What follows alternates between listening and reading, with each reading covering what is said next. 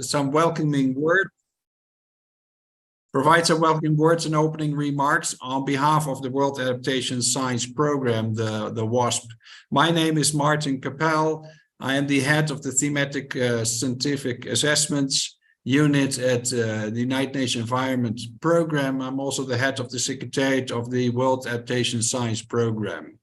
The World Adaptation Science Programme, or the WASP as we call it, is an international initiative by 7 UN agencies, including UNEP, WMO, IPCC, UNFCCC, the Green Climate Fund, the GEF, and the UN University. And it's composed of a management group as well as 2 committees. And the management group is itself composed of representative of the 7 UN agencies plus co-chairs of the committees. And those 2 committees are the Science Committee and the Policy and Finance Committee. And we're really happy to have several members from the committees here on our session today. And I must say both committees are composed of world-renowned experts in their field. And we're really happy to have some of them here with us, as I said. Now, the WASP co-produces with UNEP the Adaptation Gap Report. And earlier today, there was a session on the report here on the Go-Bishona conference a few hours ago. And the WASP also co-organizes what is called the Adaptation Futures Conferences, which this year are going to be held in Montreal, Canada in October, together with our local host, Uranos, an NGO in Montreal. And thirdly, we deliver a series of policy briefs for a variety of stakeholders. Now, let me go to the next slide, if I may. I'm not sure if they can make that happen. Yes. So you should now see the program. And let me introduce the program for this session. The subject of today's session concerns one of the policy briefs that we produce, and that is the one on the global goal adaptation, which was actually launched already at COP27 in Sharm el-Sheikh. It was authored by 3 members of the World Adaptation Science Programme, being Dr. Chris Ebi from Washington University in Seattle, Joanna Nalau. She is a doctor at Griffith University in Australia, and Dr. Estefania Arteaga working with her. Now, today it's my pleasure to welcome you all to this lively session on the policy brief and particularly on the global goal. Let me express a special welcome to our speakers and panelists, which I will quickly introduce. First of all, Dr. Chris Ebi, she's a member of the Science Committee of the WASP, one of the authors of the policy brief on the global goal, as I just said. She's professor in the Center for Health and the Global Environment at the University of Washington in Seattle in the USA. And she will be presenting the policy brief to us shortly, kicking off the conversation on the global goal and adaptation. But let me also tell you that the WASP has published 5 other policy briefs, and I quickly mentioned the topics, and they are, there's one on decision support tools, another policy brief on transboundary risks, there's one on high-end climate change, one on early warning systems for adaptation, and cascading shocks and stressors. And they are available from the WASP website, and the website is wasp-adaptation.org. And secondly, please join me now in welcoming our experts who will make remarks on the global goal following the presentation by Dr. Ebi. And we have here, as you can see on your screen, we have with us, first of all, Dr. Prabhakar. He's co-chair of the WASP Policy and Finance Committee and based at the Institute for Global Environment Strategies, IGES, in Japan.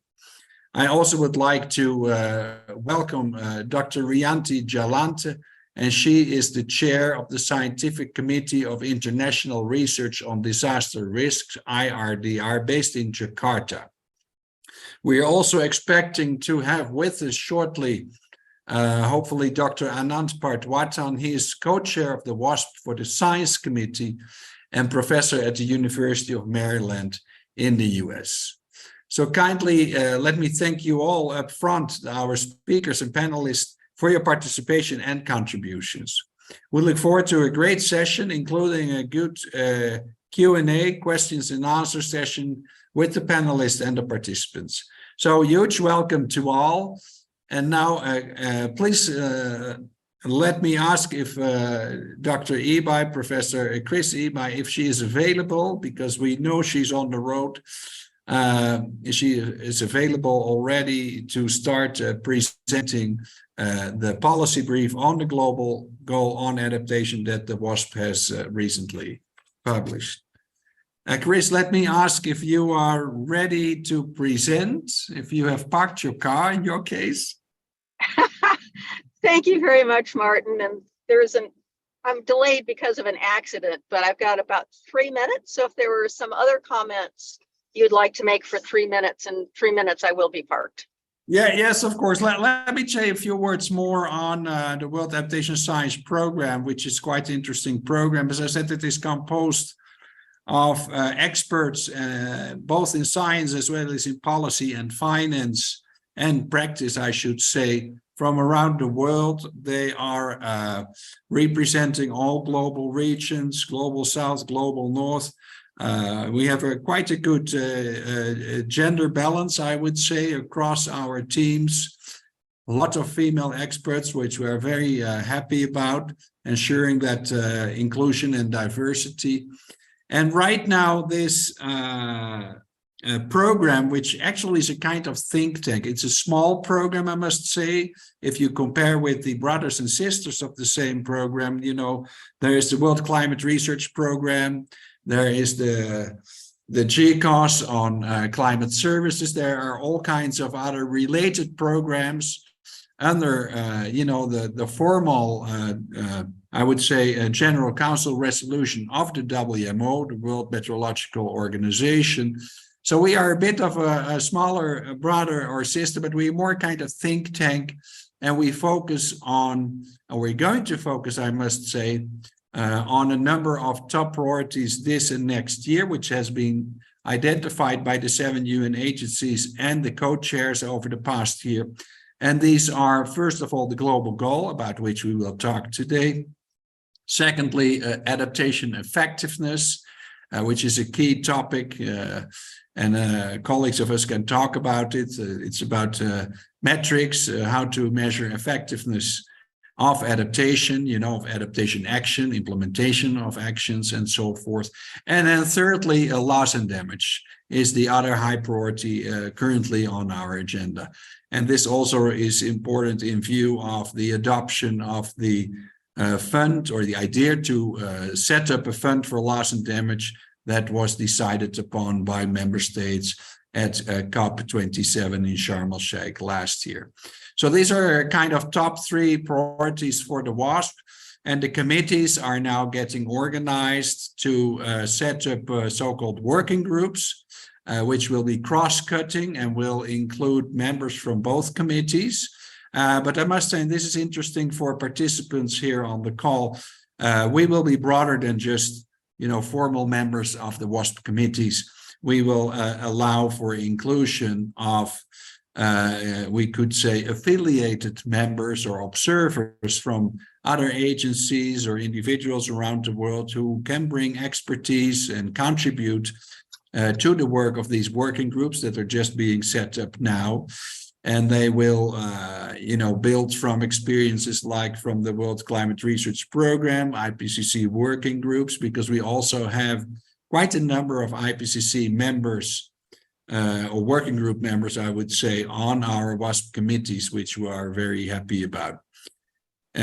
So, for instance, well, colleagues here on the call, they have been supporting the working group 2 on adaptation, but also other work as relevant. Let me ask if, Chris, if you have been able to park your car at this moment so that I would be handing over to you. I'm parked and ready for the next slide. Oh, well, wonderful. There we go. Thank you so much. And then it's my honor and privilege to give the floor to Chris Ebi, who will speak to the global goal. There you go. First slide. Well, thank you very much, Martin. And thanks to everyone who's there today and who's going to be listening offline at some point. I'll spend a few minutes talking about the global goal on adaptation.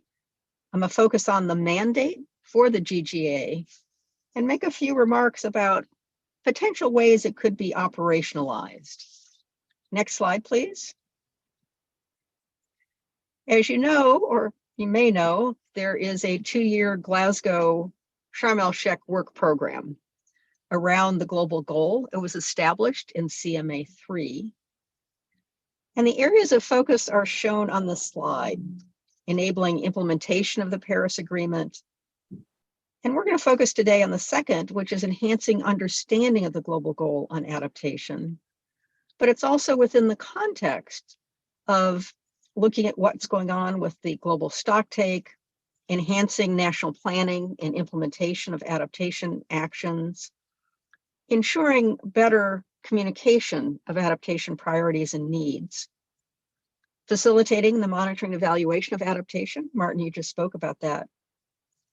And strengthening adaptation actions in vulnerable countries. Next slide, please. The key messages. The key messages. Monitoring progress on adaptation at the global scale is critical. And I think all of you understand that. And the question is, how do we do so when we know that adaptation is a critical goal at all scales and that many actions on adaptation are taken at a local scale? We need to look at whether and how national level vulnerability, resilience, and adaptation capacity are changing over spatial and temporal scales. And Martin, you mentioned this a few minutes ago as well, of how do we look over time? What do we monitor over time to make sure that we understand these changes in capacities? We need to understand the degree to which adaptation interventions are influencing these changes. There's lots of other developments in society that could be facilitating or inhibiting adaptation, decreasing resilience. And we need to understand to what extent the different interventions are actually achieving their goal. And then, of course, looking at the extent to which adaptation options need to be modified. As climate and development evolve, the needs are going to change over time. A challenge in this area is there's no agreed frameworks, methods, indicators, or metrics at this moment. This is why the discussions are starting on the global goal to move forward on multiple fronts so that we can establish the frameworks for monitoring and evaluation. A process that all countries are undertaking are national vulnerability and assessments and national adaptation plans. Periodic self-assessments of these at local to national scales can be synthesized to monitor the extent to which adaptive capacity and resilience are being facilitated. So that's one possible approach. Next slide, please. It's developing a framework and associated metrics for the GGA. The current definition of the global goal on adaptation doesn't specify what the GGA means for climate risk and vulnerability reduction. And so that's an area where there needs to be input from both research and from implementation to find a framework that will be effective and efficient over time. The framework needs a robust approach for aggregating results across scales and contexts. As we know from the long history of, for example, IPCC assessments, that kind of aggregation can be challenging. We do have a lot we've learned, and how can we apply that to be more effective in a framework for the GGA? When one has that kind of approach, there needs to be thought put into how we assess collective progress, how we identify the challenges to adaptation. We know many of the challenges, but as climate continues to change and as development choices continue to alter our societies, those challenges are going to change as well. And finding the effective approaches for overcoming those challenges. This has to be within the context of recognizing there's divergent views, and just because they're divergent does not mean they're wrong. It means there just are different perspectives that have to be taken into account, and make sure that the global goal is not too generic. It's specific enough that it can be useful while taking into account these different perspectives and sensitivities. We do know, all of us who work in the space, the deep need for long-term adaptation and vulnerability data sets. Those need to be built while we're moving forward on understanding the global goal and making sure that we find the funding for the data sets that are needed to implement all aspects of the framework. And a point that Professor Salim al-Haq raises on a regular basis is there needs to be clarity and agreement on what is adaptation. In some places at the moment, it sounds like everything is adaptation. And as he frequently likes to say, if everything's adaptation, then nothing is adaptation. We need to be able to draw the boundaries of what is and is not adaptation, and focus on the adaptation to move forward on the Paris Agreement. Next slide, please. When thinking about how we're going to establish this GGA, we have to find nationally appropriate, nationally driven, and contextually relevant frameworks. So on the one hand, the framework needs to be simple enough to reflect various contexts, along with a baseline for measuring progress. It also should be transparent, trackable over time, flexible, and relevant, which means there will be adjustments to this going forward. And so thinking about establishing the framework in a way that you understand you are going to revise, you are going to adjust over time as the context changes. And at the same time, ensure that it can be both upscaled and downscaled, that there will be useful elements of this framework within a country for doing the finer scale work that needs to be done, and ensuring that that finer scale adaptation work can be then upscaled to the national level to inform the progress at the national level. Next slide, please. Martin talked a little bit about indicators, so I won't go through this in any detail, but these are some of the indicators, the attributes of indicators that are important when thinking about the GGA. Many of these I've mentioned before. I also specifically want to call out that the framework and the global goal itself, when it is established, needs to promote equity, gender equity, the empowerment of women, as well as ensuring reducing overall inequities that are driving the vulnerabilities that so many countries then are suffering the impacts of a changing climate. I talked a little bit about the subnational scales and thinking about how to ensure that the global goal also is really useful for the subnational scale. And the other points mentioned on earlier slides, so in the interest of not necessarily of time, but I'd really like to hear other perspectives. Let's go to the next slide. And this is around the selection of indicators. And as you can see, there's lots of places where the global goal can start in terms of selecting indicators. There's lots of indicators in vulnerability and adaptation assessments and the national adaptation plans, in the NDCs, and a whole range of other sources that are listed here. Those sets of indicators will certainly have two attributes. One is there going to be too many indicators, so there'll need to be discussions about what are the core set of indicators that will be particularly relevant for the global goal on adaptation.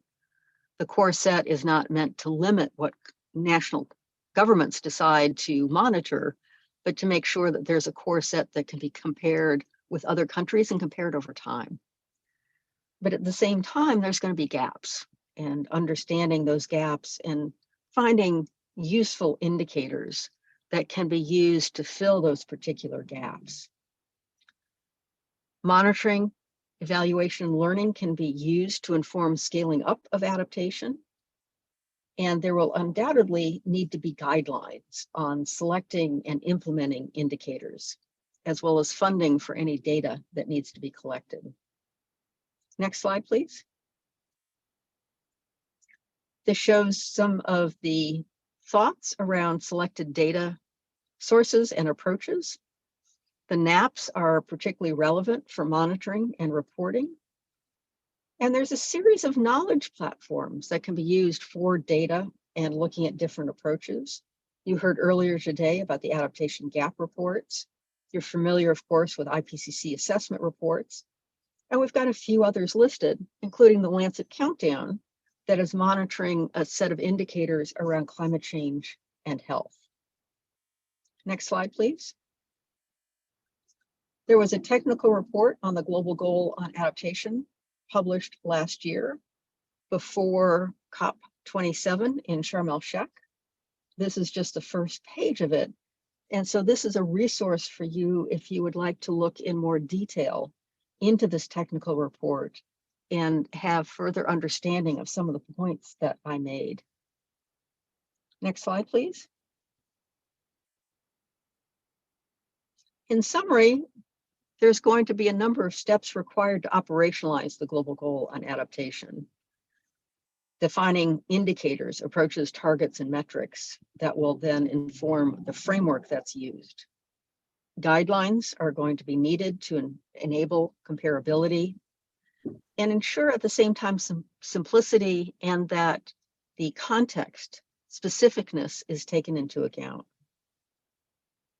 At the same time, we want to build on existing tools and reports so that we do not ask too much extra because countries are doing so much in terms of monitoring and evaluation. And this can be achieved through a component of self-assessment. And finally, we want to promote flexibility to reflect the country-drivenness of the Global Goal on Adaptation. With that, I want to thank you very much for listening. Unfortunately, I'll have to leave in a few minutes, but I look forward to some comments before I do. Back to you, Martin. Thank you so much, Chris, for this very comprehensive overview on the Global Goal on Adaptation, on how to operationalize it. I think this was a fantastic presentation, also because you explained so clearly.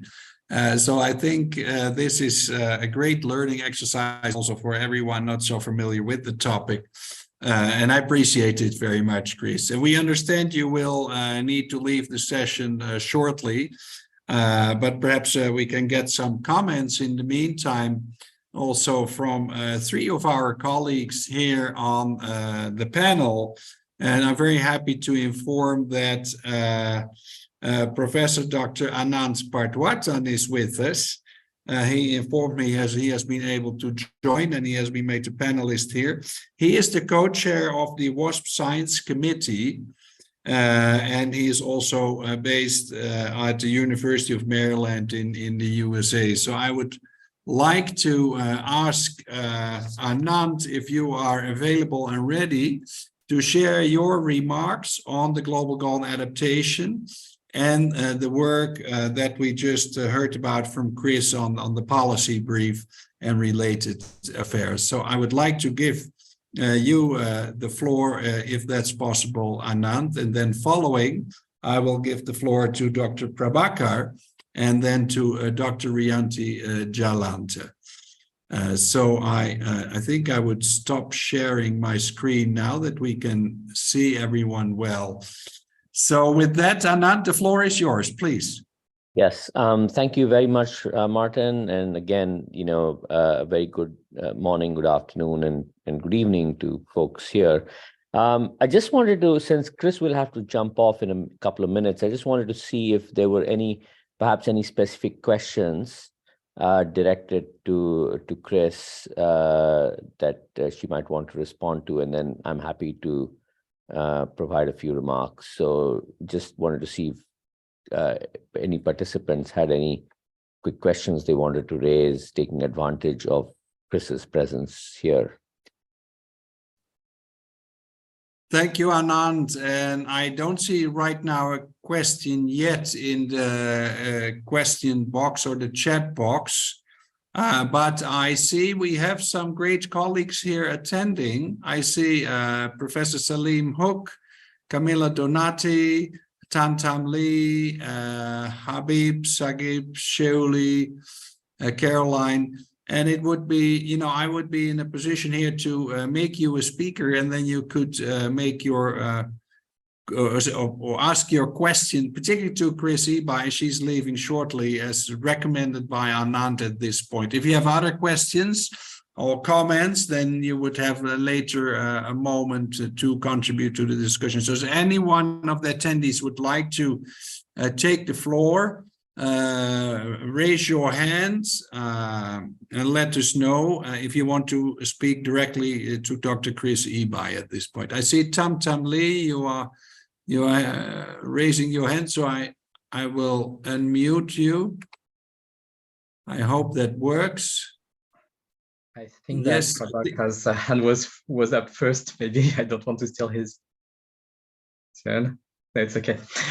Yes, I think it's a bit of an abstract and manifold question, but it's a question to Chris, but also to other panelists. From your perspective, is it acceptable or even desirable that there are some aspects of indicators, metrics that are very place specific, as Christy said, that would not be integrated in GGA framework, but what would be integrated possibly is, in fact, the methodology and the criteria of relevance that are observed on the ground in each of those places, if that makes sense. So meaning we don't look for universal indicators on some of the aspects that we know will remain very context specific, but still we have something like a consistency in the way those indicators are designed, and that allows for some kind of comparability. I fully agree, and that was very well stated, that yes, we need a core set for all countries, but the context matters so much. A lot of my work's in health. So thinking about indicators in health, there's going to be indicators around vector-borne diseases. Dengue fever is so important in Southeast Asia, but it's not important in other parts of the world. And so ensuring that there are indicators for the progress being made on controlling outbreaks would be important nationally, and certainly guidelines can talk about how to think about those very specific issues and how to approach them in ways that are useful at the country level and can be aggregated across other countries, so there can be an understanding, for example, of the extent to which we're controlling dengue fever as the mosquito that carries it continues to change its geographic range and the length of its seasonal transmission cycle. So yes, I fully agree. Well stated. Thank you. Thank you, Chris, for that answer, and Tantam Lee for your question on this. Prabhakar also has raised his hand and would like to ask a question or make a comment to Chris directly. Please. Yes, thank you very much, Martin, and thank you, Dr. Ebai, for your wonderful presentation. I wanted to ask you about the indicators, but Tantam Lee already asked. So the other question I have is basically one of the problem with these global goals. You can look at even as the SDGs or even before that MDGs. One of the criticism is that some countries, they find them as too little and too late, and some other countries, they find them too ambitious. So that makes them a little bit not so much, agreeable at the global level, though we call them as global goals. So how do you think we can avoid that kind of criticism within the global goals for adaptation? So thank you. That's an excellent question, and I'm going to not answer it by saying I'm a scientist, and those are questions for negotiators. I think Professor Huck, if he's available, probably would have a better perspective on how to negotiate across those challenges of some saying this is too hard, some saying it's too easy, some saying I don't know how to manage that. And he's been very good and in the negotiations on helping achieve some very, very difficult compromises that were and continue to be very effective. Salim, are you there? I see he's online. I can let me see. Oh, No, that's not Salim, that is Saqib Haq. yes, sorry, yes. So he is not here now. So yes, unfortunately, Dr. Salim Haq is not here with us now. Let me just see who else would like to take the floor. I see Camilla Donati, who is also a new member of the World Adaptation Science Programme. Yes, I think I can allow you to talk. So if it's correct, you can now speak, Camilla, please. Thank you, Martin. Can you hear me? Yes, we can. Good, thank you. Thanks for organizing this discussion, and thanks so much, Dr. Chris, for the presentation. That was very clear. I think something that strikes me, and I was just curious if that's the same for the panelists, that the goal per se is a little bit too broad. So I think to me it's difficult to design a framework to identify indicators with such a broad goal. So for example, to me, there's not a specific target or a specific vision of what we want to achieve at the global level. And for that reason, it becomes very difficult to design a framework and also to identify indicators. So I was curious about from the panelists to hear more if that's kind of shared perception that they also have. Thank you. Thank you, Camilla. Chris, would you like to comment on that?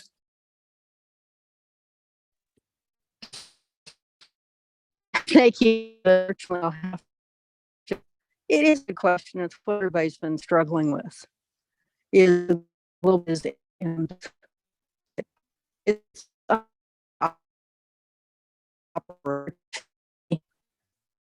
Yeah, you're breaking up a bit. I'm not sure if we can hear you well. I cannot.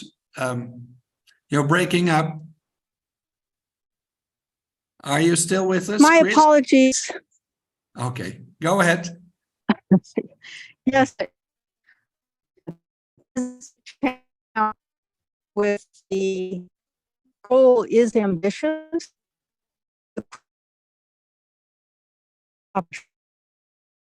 Yeah, you're still breaking up a bit, Chris. We have a challenge hearing you well. And I think you might have left. I don't see you online anymore. I think you have left the meeting.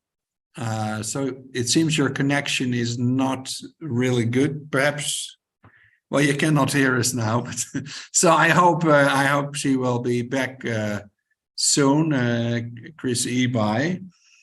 Otherwise, I would like to go back to Anand to continue our session and give you the floor for your remarks on the subject of today. Please. Great. Thank you, Martin. And maybe let me actually pick up on the last couple of comments by Tantam and by Camilla. I wanted to make 3 points building on the really excellent presentation that Chris made of the policy brief and the policy brief itself. I think the first is on this, so let me start a little bit with the indicators question. I think part of the challenge has been navigating kind of the space of indicators. There's lots of indicators of all kinds out there. And what I want to do is call attention particularly to this sort of ongoing conversation in the adaptation community around adaptation as an outcome versus adaptation as a process.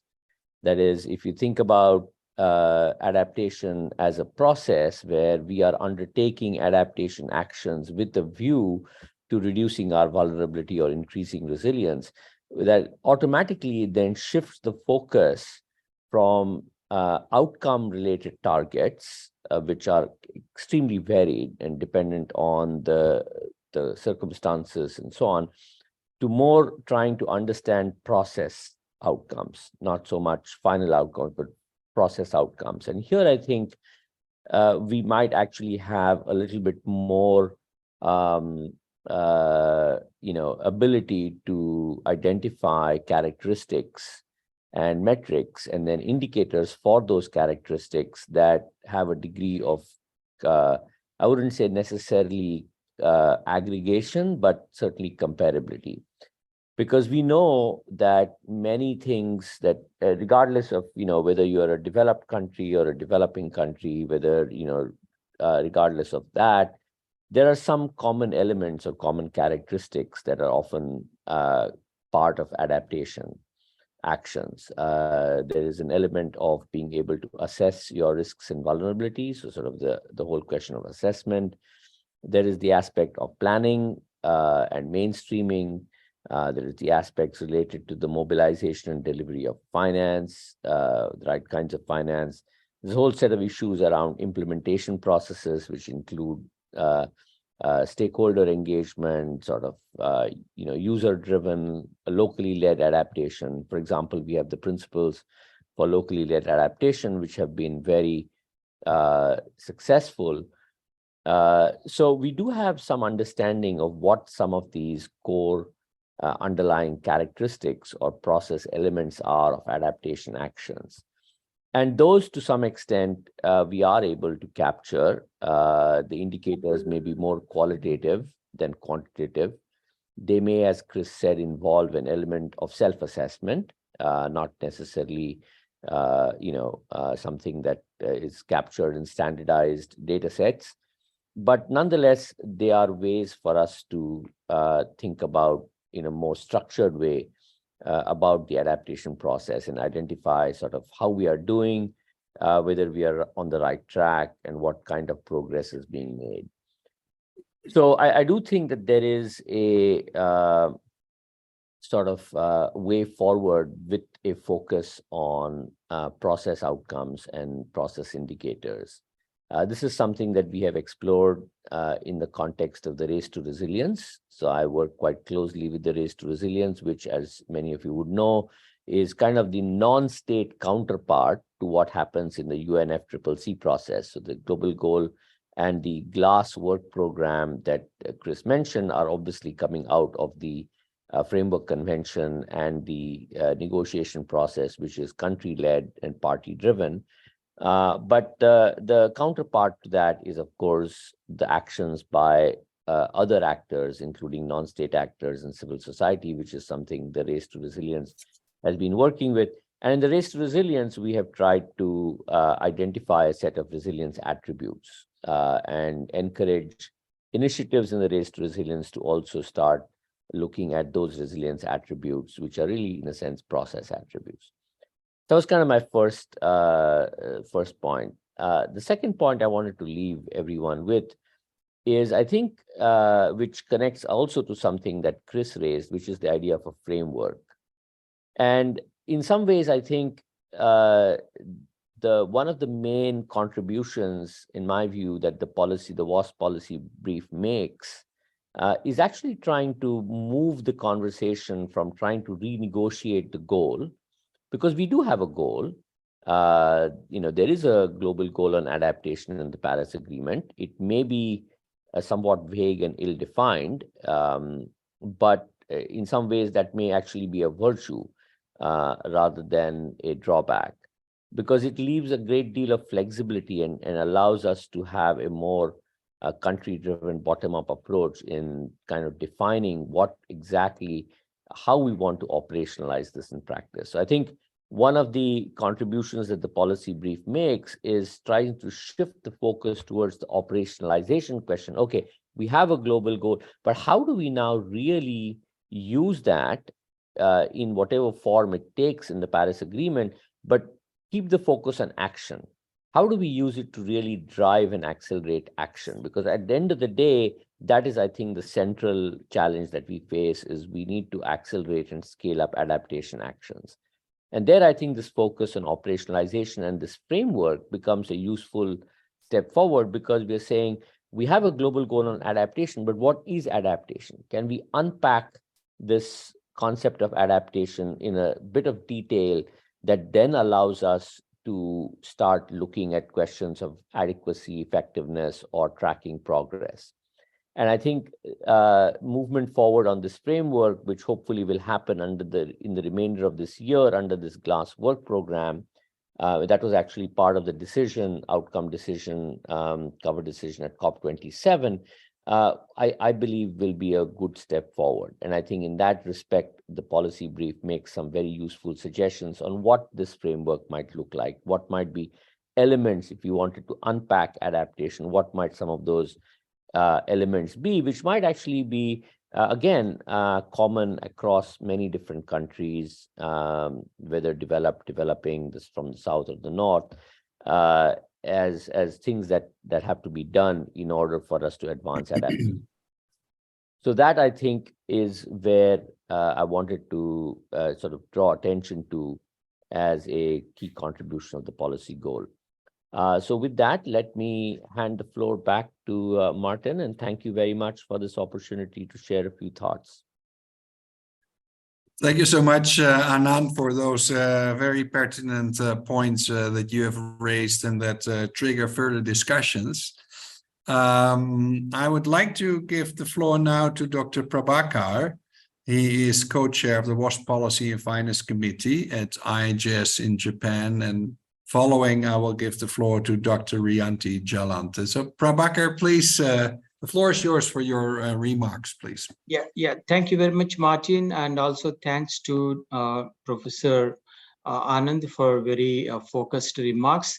So in my remarks, I will a little bit, take a step back and then provide a little bit more generic and broader observations on the current state of global goal and adaptation.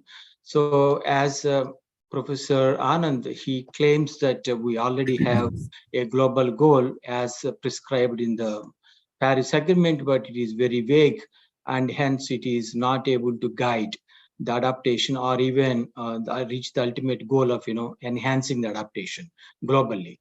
So if we have a goal and if it is not able to do what it is supposed to do, I would consider it as a non-goal to start with. So that is my immediate response to the earlier intervention. So my main point here is basically that, with the point of the global goal and adaptation, we are basically putting the cart in front of the horse. Why is that so? We have proposed global goal and adaptation almost 8 years ago, and even until today, we don't have a workable, operationable modality of making this more implementable for each country at the regional and international level. And it has already missed the bus because many countries, they have strengthened their adaptation planning, they have strengthened their vulnerability and risk assessments, monitoring and evaluation systems.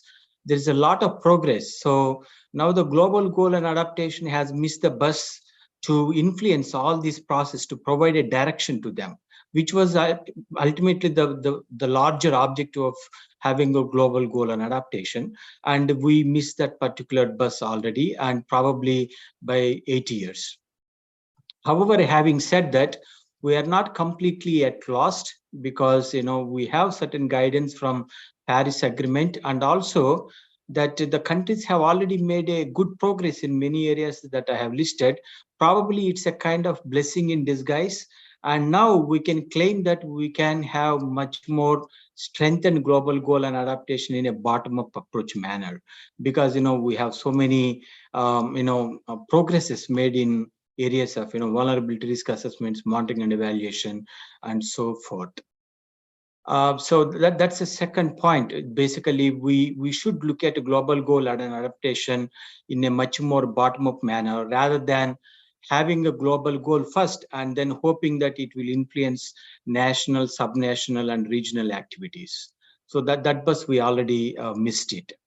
The second point that I want to make is that we are better placed, for the same reason that I made earlier, we are better placed to operationalize the global goal today than probably 18 years ago, not out of our design, but because we have missed the bus. The third point is basically, as Professor Christie explained in her presentation, the global goal has to harmonize across the scales, for example, geographical scale, sectoral areas, as well as the time scales. And we have certain experience, though we made a delay in global goals and adaptation, but we have experience with SDGs, we have HE biodiversity targets, which have done a lot of earth-moving work to harmonize our thinking across from local to global scale. And that kind of experience leaves us in a very positive place to work with in the GGA.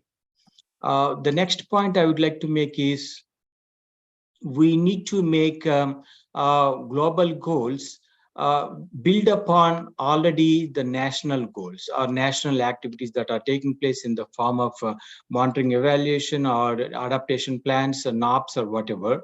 Because currently national adaptation plans, they are not covering the entire gamut of climate change adaptation that needs to take place. One of the areas that they are missing largely is transboundary climate change risks.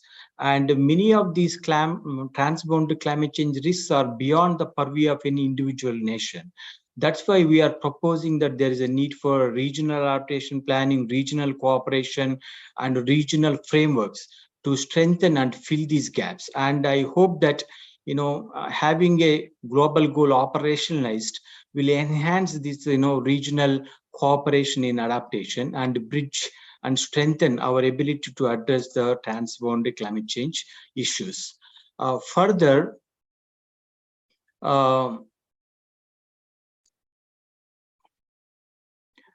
also need to recognize that there are capacity considerations. For example, once we have a deeper understanding on global goal and adaptation, we will realize that the national governments and subnational actors, they would need to have access to technologies, technical know-how, and also the financial resources to, for example, measure some of the indicators that they may not be already measuring. Of course, we are saying that there is a need for a bottom-up approach, but still there may be need for looking at additional indicators and additional institutional capacities that the countries need to operationalize the global goal and adaptation. And that's one consideration. Probably, I'm not sure what kind of mechanisms are there under convention, but those requirements need to be fulfilled. One of the bottlenecks I see is the risk information sharing. Because the global goal and adaptation, that means that we want to bring everything into one format, but we see that a large part of the risk that is concentrated within the corporate sector, and corporations are very, very, they feel sharing risk information very problematic for them. And how do we make sure that the risk information from these corporate operations is also brought into the gamut of global goal and adaptation? That's going to be one of the limitations. So finally, how do we avoid this,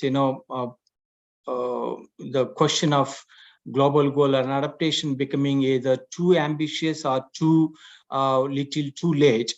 Is that the answer lies in the response that I said, that if we make the global goal and adaptation in a bottom-up approach, that means that you may not be looking at entirely a single value or a set of several values which are common across the world or across even the group of countries, but individual country would still be able to have its own global adaptation goals based on the risk and vulnerability assessments and adaptation planning that they are already doing. So I think that problem may not be arriving or may not actually limit global goal and adaptation. So basically, I end my intervention there. Thank you very much.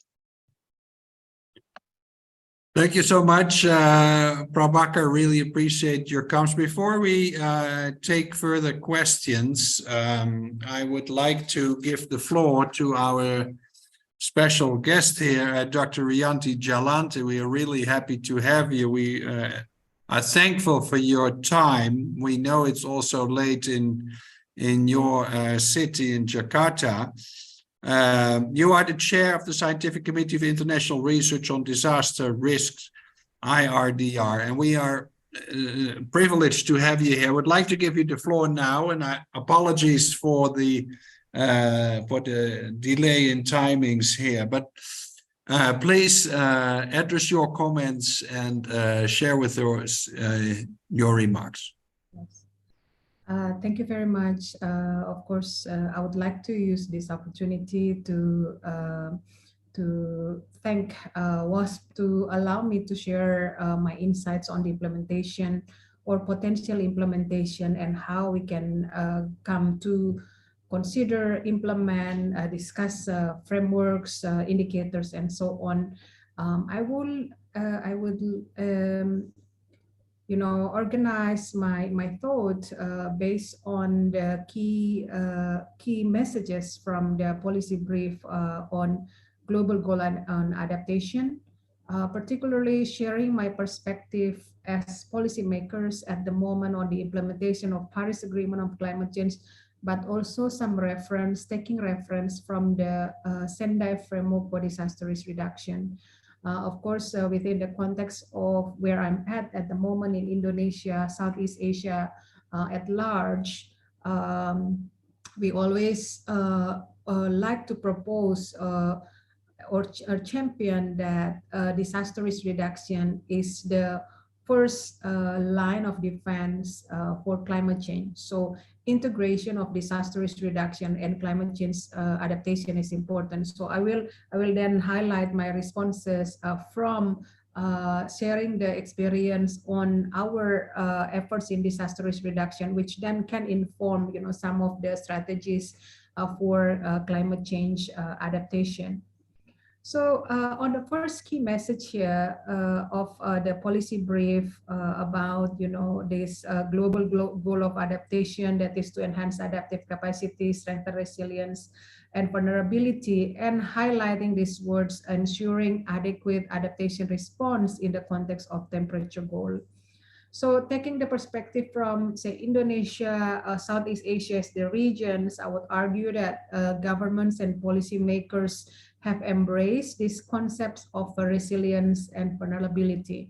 So building resilience and reducing vulnerability to disasters and climate change is already envisioned, for example, in ASEAN in their within disaster management and climate change sector. Also within this region, there is a very strong recognition that climate change increases the frequency, severity, or even geographical impacts of disasters. And hence, going back to my first proposal is that disaster risk reduction is the first line of defense, or is the first line of defense to climate change. So even the government of Indonesia coined this term sustainable resilience following the global platform for disaster risk reduction. So in this way, how can resilience efforts are determined by ensuring, the needs of the most vulnerable are addressed, gender responsive, participatory, equity and sustainability, based on equity and sustainability. So these are some of, these are very relevant to what has been presented by Professor Ibai before on, what kind of principles that these global goals of adaptation needs to have. I also have to caution that as per my observation regionally, that is, it's still rare that adaptation response is linked to the context of temperature goal. This is where I see lacking. So that's why, engagement in determining sufficient level of adaptation response, also vis-a-vis the extent by which risk are accepted and can be tolerated, and hence this discussion on limits of adaptation is very important. So moving on the second key message within the policy brief. So the GCA aims to look at adequacy of adaptive response, which needs to then link to this temperature goal of Article 2. So I really think this is an important step towards advancement or to advance conceptualization of Article 7.1. So I guess, as I said before, we could start with deliberating on acceptable risks that societies are willing to accept, which in turn determine the temperature goal by which the society is also willing to achieve. So that this would be then the first step in discussing and determining adequacy of this adaptive response.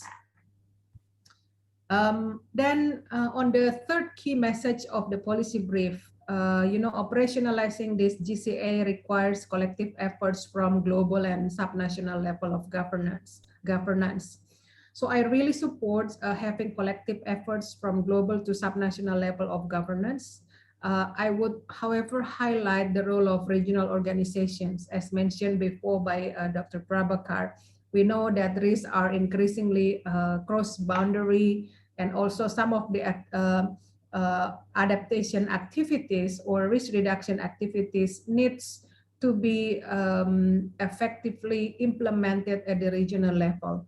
So taking example on the importance of early warning and risk pooling for typhoon in ASEAN, we understand that current capacity of national governments alone are not sufficient to allow for this establishment of early warning system or risk finance and insurance, and hence regional level establishment is necessary. So then lastly, in summary of the policy brief regarding how can we operationalize the global goals and adaptation. And this is where I think I would also like to comment and build on what Professor Anand has said before. In terms of indicators, I think in general, indicators that we could see would be, what kind of matters that needs to be reduced. So indicators on items that needs to reduce, indicators on items that needs to be increased, and also indicators that on things that needs to exist or to be made available. So then this would then be related to whether this GCA needs to have a process indicator, an outcome indicator, or an output indicators. I think then if we then going back to some of the previous question before, like when adaptation, we know that adaptation is local. How can then we ensure specificity at the local level, and then are we then trying to see what kind of higher level indicators that can allow for this specificity at the national level. And I think differentiation on whether this should be a process indicator, outcome indicator, or output indicators are important. I would propose maybe at the global level, so this outcome indicator is important. But then at the lower level, these output indicators and also the process indicators would be more suitable and fit to the local context. So and finally, I would also propose that the adaptation community or the process in determining this global indicators or global goals or adaptation, to look at some of the current lessons that the Sendai framework for disaster risk reduction, have gone through and implemented, and of course also relevant for the review of achievement of the sustainable development goals with the indicators. So taking the example from the Sendai framework for disaster risk reduction, now they are undergoing its midterm review. Some of the results, some of the lessons learned are available. So what can I see, for example, learning from this Sendai framework? It's very clear that some indicators, it's about reducing, so reducing number of disasters, reducing number of deaths, reducing number of people affected, and reducing the economic cost of disasters.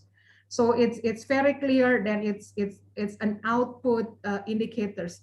But there are also within there the other three indicators is about process indicator. Do we establish some mechanism? Do we establish a plan?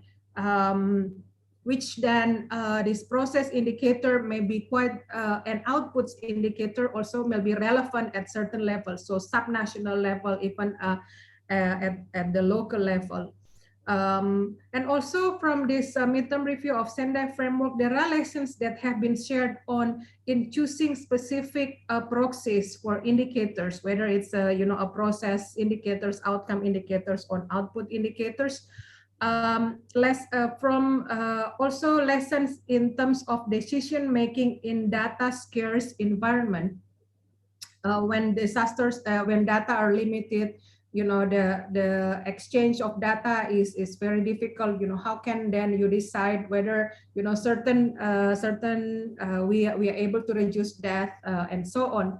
And finally, of course, another lesson that is very clear from is on ability on the process to gather and collate and analyze data, which usually comes from different ministries.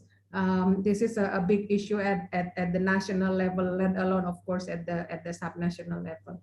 So I will end here some of my intervention on the key messages from the policy brief, and also taking some examples on indicators from the Sendai framework for disaster risk reduction. Thank you, Martin. Thank you, Rianti, for those very pertinent comments on both the policy brief, but also speaking from your own experience on disaster risk reduction and related matters. Very, very useful to this discussion. I see we have two important comments actually in the webinar chat. I'm not sure if everyone has read it, but I would like to refer to it, and perhaps those who put it in there could even speak to it. Tantam Lee, you're mentioning that to an extent, the abstract distortion here, to an extent, adaptation plans at national, regional, local levels are or could be seen as a projection of the global set of adaptation challenges onto national, regional, and local grounds. Quite an interesting point you're raising here. You give some explanation on where your line of thought is going. I would love to ask you to speak to it in a second, if possible. And then following, I would like to ask Anand to raise your question on what are we adapting to in adaptation in a world of 3 degrees is different from adaptation in a 1.5 degree world. These are very relevant comments. Tantam, would you like to speak to your comments? And if so, please, you can take the floor. And following Anand, you may want to further elaborate on your point. Yes. Tantam. I'm happy to do that very, very shortly, but I think it's a bit of an impure comment in the sense that it comes from several perspectives. So there's one which is the experience of working, as many of us, of course, on the ground with specific contexts. And in fact, one of the great challenges we have, there's one which is methodological, definitely, and understanding how to frame the adaptation problems in a systemic way. But another one is the sense of helplessness, if you want, so of isolation, which is that you would need a very huge investment, not just financial, but I would say conceptual, intellectual, social, to be able to start making sense in implementing an adaptation strategy. And if you are convinced that your context is unique to you, then you don't even know where to seek help. I'm saying it in a bit in naive terms, but you see what I mean. It's of course you have scientists advising you, but there is so much translation to be done between science and a number of actors who really don't know what it's about. So that's one perspective. Another one, which is related in a way, is a financial one, and in terms of funding. So again, banging into an open door, but the fact that a number of financial actors would have capacity to support very, very ambitious adaptation plans, just say they won't go for it because the time scale is too uncertain in terms of policy and etc. So the fact that you don't have a set of metrics which is not just clear but universally accepted, so to speak, really stands on the way of investment, as we know, and this is adding to the pain that I described before.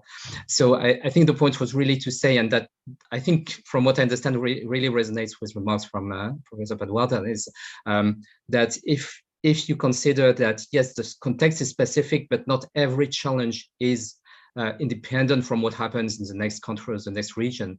It's just that the way you're going to address them depends on what the projection of those adaptation challenges on a particular context look like. Then you partly address those concerns, because you this means that the order in which you're going to do to implement your strategy, the levers you're going to activate at a given point in time may be different, but at the end of the day, the whole picture is consistent. So, which is very different from having a very bottom-up approach, whereby you actually take every context as totally independent from the next one, and in fact you struggle first to support the regions, but you also struggle a lot to scale it up, because obviously, if by definition everything is non-transposable, then you're going to start from scratch again. So, sorry for expressing it in a bit layman's terms, but that's what I meant, and just thought that it might be helpful. Thank you, Tantam. I think that's helpful further explaining the point here. Let me go to Anand. I mean, you're raising the question on transformational versus incremental adaptation, which also relates to the goal. What goal do you want to achieve? The goal in a world of 1.5 or the goal in a world of 3 or more degrees, high-end climate change? Anand, please. Yeah, thanks very much, Martin. So, I mean, I raised this because I guess I have seen this come up somewhat peripherally in the global stocktake process.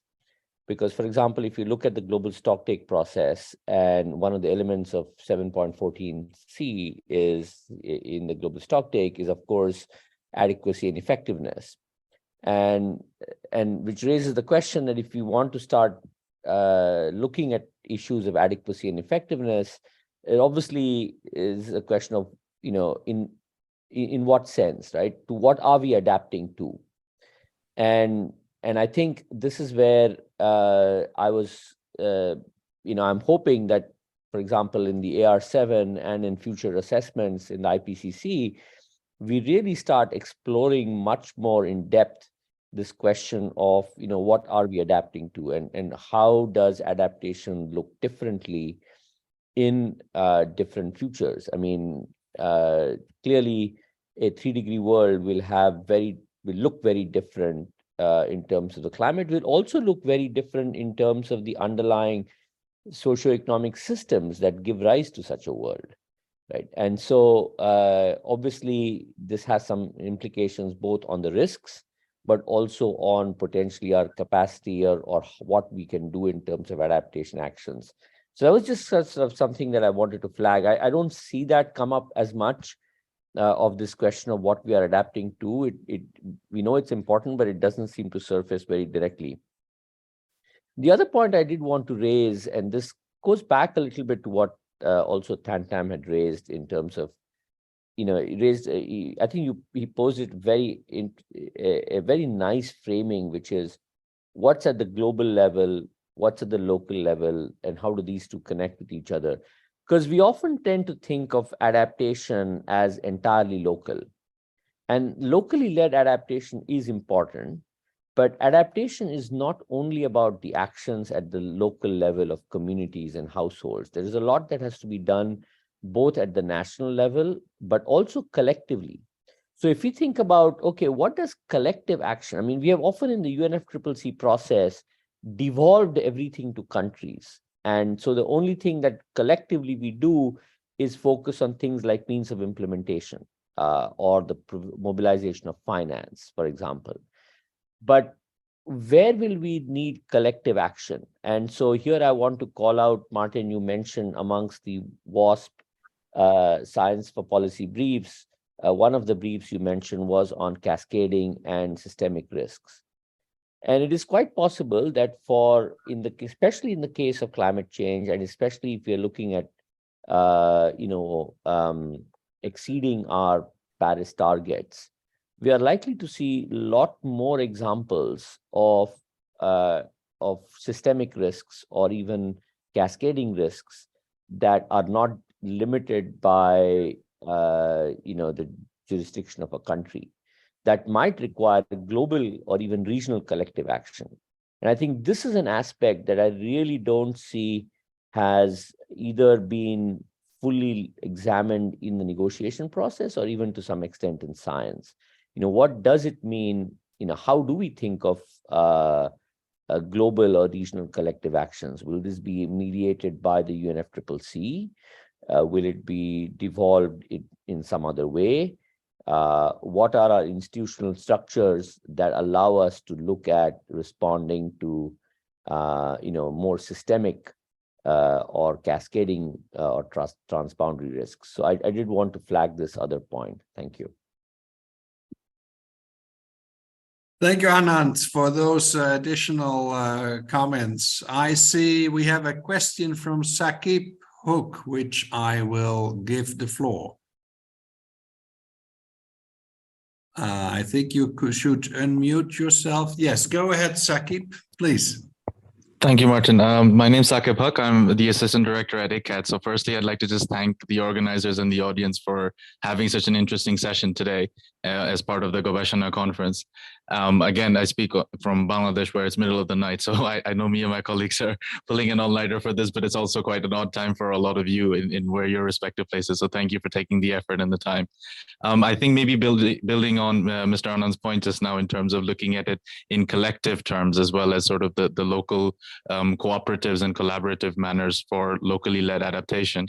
I just wanted to get maybe some insights from the panel on what you think would be some measurable metrics or indicators that we should be looking at in designing into future adaptation plans, so we understand locally led adaptation better, because I think it still adaptation monitoring and sort of the learnings coming from that are taken more from the environmental side, but not really sort of understanding the social realities that locally led adaptation is framed under. So what would be some of the ways that we should sort of reframe the thinking behind that? Thank you.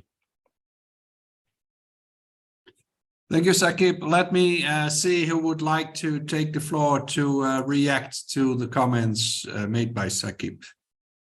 Any of the three panelists? I see Anand, please.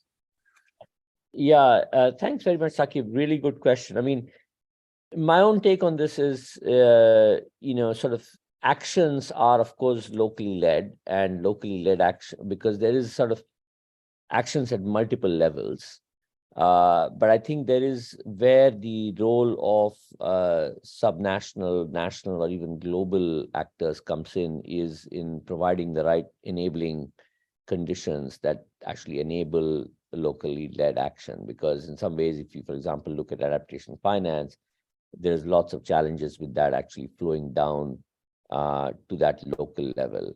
And, national policies can often serve as constraints or as enablers for that locally led action. So kind of, it's not just that actions are needed, because in some ways, communities, individuals, households, they're already responding to the risks that they face. So it's not that they're waiting. So they are taking the lead, but that can be accelerated or enabled by what happens at other levels. Thanks.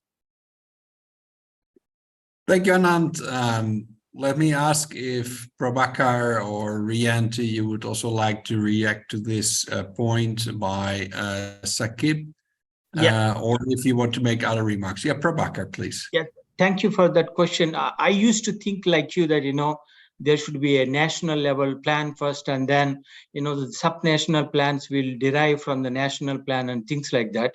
But if you look at many countries, we have seen that the local level adaptation plans are coming much faster and much more innovatively than national level plans. We don't have many countries with the national level plans.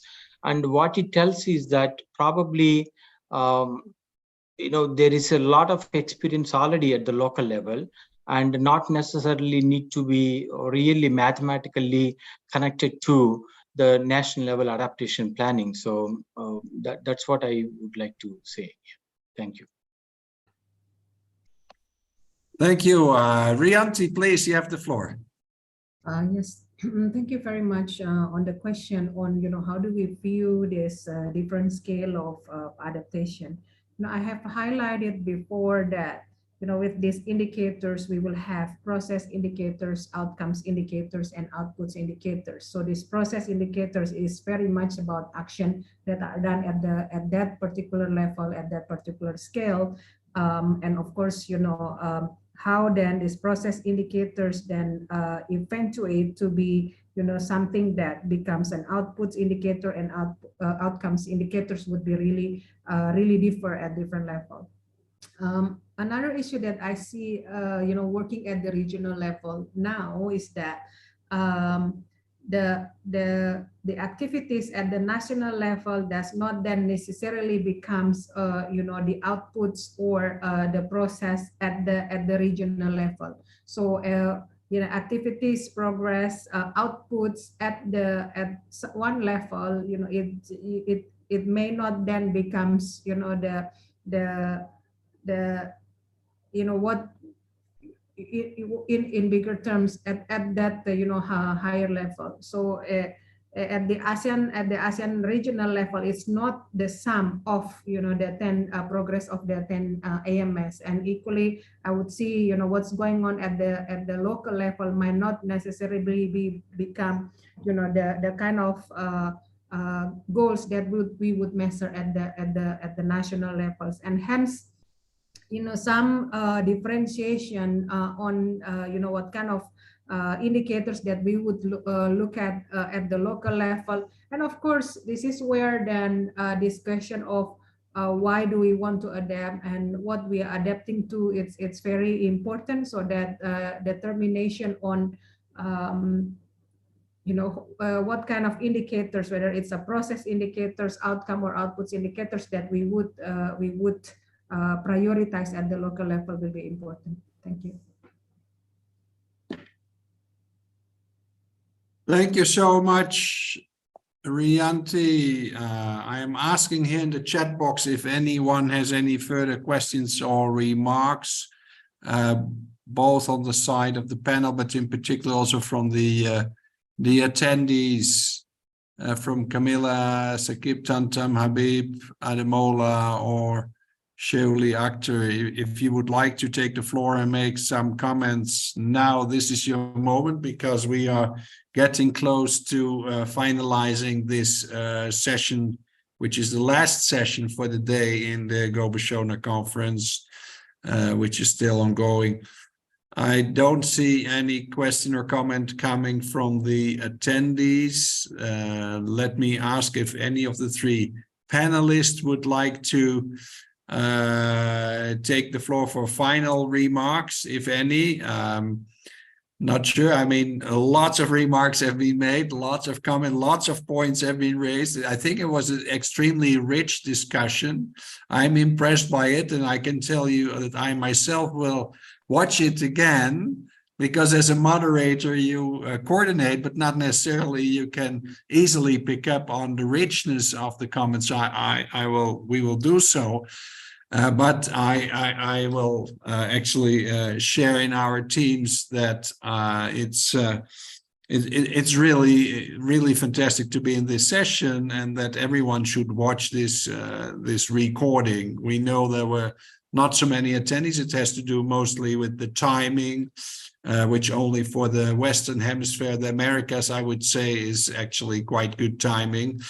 But it's really late night, and perhaps let me, I see two comments are coming in. Let me quickly open that. I see words of thanks, for which we are appreciative. But at this point, I think I should close the session and really express my... Oh, we have an echo here. Express my sincere thanks on behalf of the World Adaptation Science Programme to especially Rianti Jalante as one of our external panelists, for joining us so late from Jakarta. And then, of course, Prabhakar, from Japan. It's way after midnight. I think you are a really night person. And then, of course, Anand, for your comments, always spot on. And then, in particular, would like to thank Chris Ebi. She is not with us. She was traveling, and we were really happy that she found a moment to join and share with us her thoughts on the policy brief on the global goal, which I think was an excellent presentation, actually.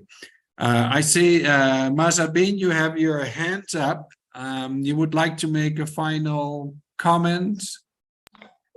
Could we ask everyone to switch on their cameras for a photo before everyone leaves? Is that okay? Yeah, so the question is if everyone can turn on cameras, because they will take a picture here, a screenshot for the record. Please all of you, please turn on your camera. Tantam and Camilla, can you turn on your cameras? I actually don't see the button to turn it on. I can only turn on the sounds for some reason. I see Sakib. Camilla, can you turn on your camera? Is that possible? I also cannot find a way to. Sorry, Okay. I'm trying to. Okay, I think this is then the picture you need to take now. Colleagues in Bangladesh, have you taken the picture for your record? Mazabin, have you taken your picture? Yes, it's done. Thank you. Okay. Thank you so much. Then with that, I would like to close the session. My sincere thanks to everyone, particularly also to the team in Bangladesh, Sarah, Habib and Mazabin for, late night being there to run the show. And I take off my hat. All the best. Have a great day or evening, and good night to those who are going to rest now. Thank you so much, and bye-bye. Thank you. Okay, bye.